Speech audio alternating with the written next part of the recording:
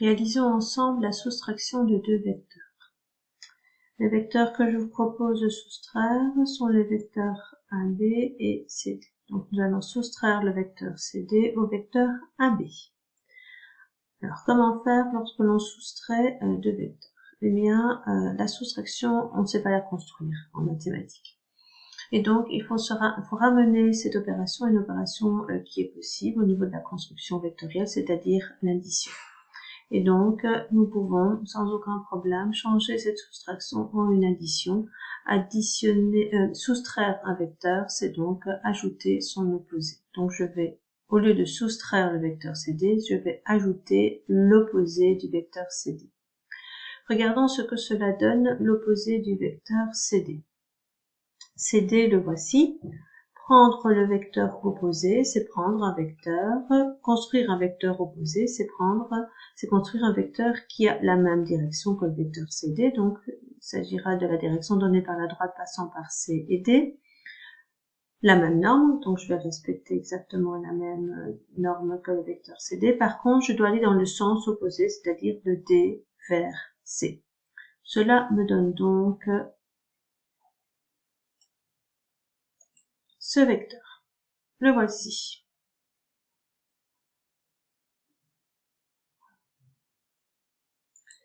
Donc voici le vecteur DC en fait. Donc prendre l'opposé de CD, c'est non pas aller de C vers D, mais de D vers C, ce qui permet de me nommer le vecteur DC. Et donc, soustraire le vecteur CD revient à ajouter le vecteur DC.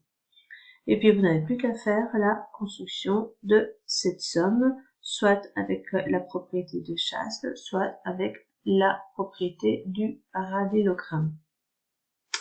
Une petite remarque avant de réaliser la construction ici. Regardez, vous aviez les lettres C, D, la lettre D suit C. Le moins devant, quel a été l'effet sur ces deux lettres? Eh bien, vous les avez simplement permuté, ce qui permet ensuite de passer à un plus.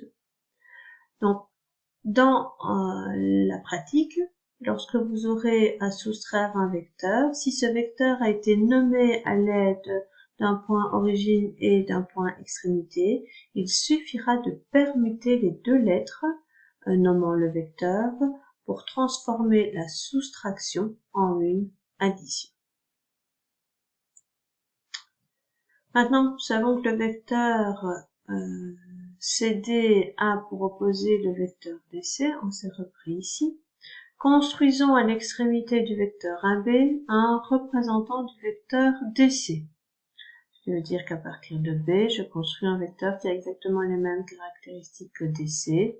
Cela vous donne ce vecteur. Permettez-moi de nommer ce nouveau point qui apparaît dans la figure B', ce qui veut dire que le vecteur DC et le vecteur BB' sont des vecteurs égaux.